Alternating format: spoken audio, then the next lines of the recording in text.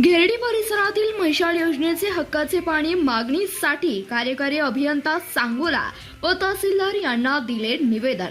आमच्या हिस्स्याचे पाणी गेले कुठे? अधिकाऱ्यांना वारंवार पाण्याची मागणी करून देखील नेमके पाणी मिळत नाही असा संतप्त सवाल घेरडीच्या शेतकऱ्यांनी केलाय।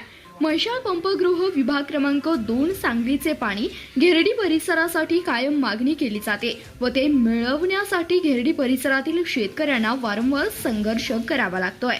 याही वर्षी पाण्याची मागणी करून 3 महिने होऊन गेले तरी सुद्धा घेरडी हद्दीत पाणी आले नाही। सदर पाण्यासाठी सर्व शेतकऱ्यांनी बँकेत डीडी काढलेले आहेत तरी देखील संबंधित अधिकारी पाणी सोडण्यास टाळाटाळ करीत आहेत।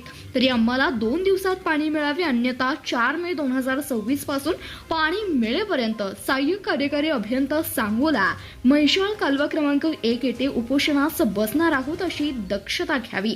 निवेदन देताना बयाजी बिरालवटे, विरोधी विठ्ठल घुटुकडे, अण्णा आनंदा माळी, कुमार महादेव कुंभार, मच्छिंद्र औदुंबर कुंभार, वैभव दादासो मेटकरी, सीदा बाबा मेटकरी, सुभाष शिवाप्पा मेटकरी, सुनील मोहन बोरकडे, संजय गजानन बनगरा, बिरा संदीपान घुटुकडे आदी उपस्थित होते।